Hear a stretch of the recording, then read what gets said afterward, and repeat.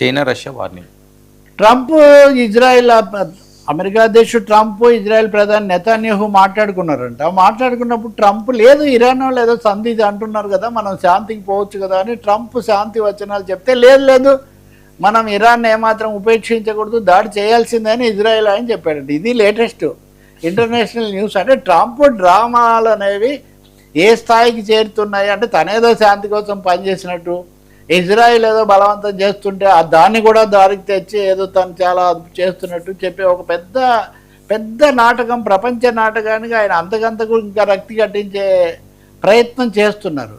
కానీ ఇరాన్ వాళ్ళు కొంత మేము స్పందించాము, మేము కాల్పుల విరమణ ఈ దిశలో చేస్తున్నాం, వినడం లేదని ఇరాన్ తాజాగా కూడా వాళ్ళు ప్రకటన చేశారు మేము సిద్ధమే అని. కానీ అన్నిటికంటే ముఖ్యమైన హెచ్చరిక ట్రంప్కు బీజింగ్ నుంచి వచ్చింది.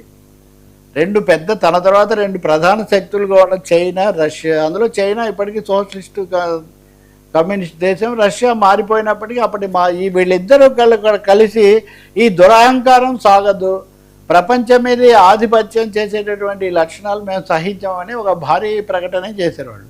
దాదాపు ఇదే భాషలో అమెరికా అనుసరిస్తున్న పద్ధతి కూడా బాగాలేదు అని కూడా సూటిగా హెచ్చరించారు. ఇప్పుడు గల్ఫ్కు ఇరాన్కు శాంతి కావాలి, ప్రపంచానికి శాంతి కావాలి, ఆ దిశలో వెళ్లకుండా ట్రంప్ అంతకంతకు రెచ్చగొడుతున్నాడు.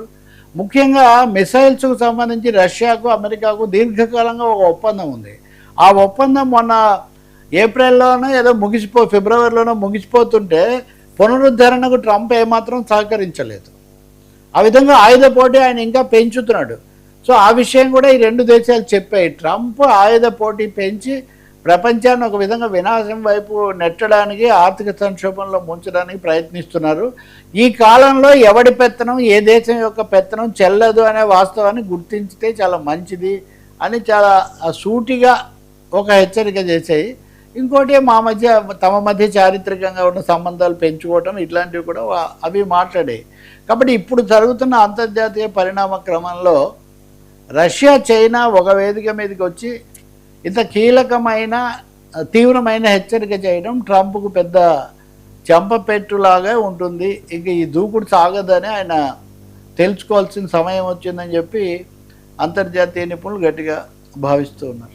Right sir, thank you so much Ravi గారు. ఇది ఈనాటి frankly with Telakapalli. Station to 19 news.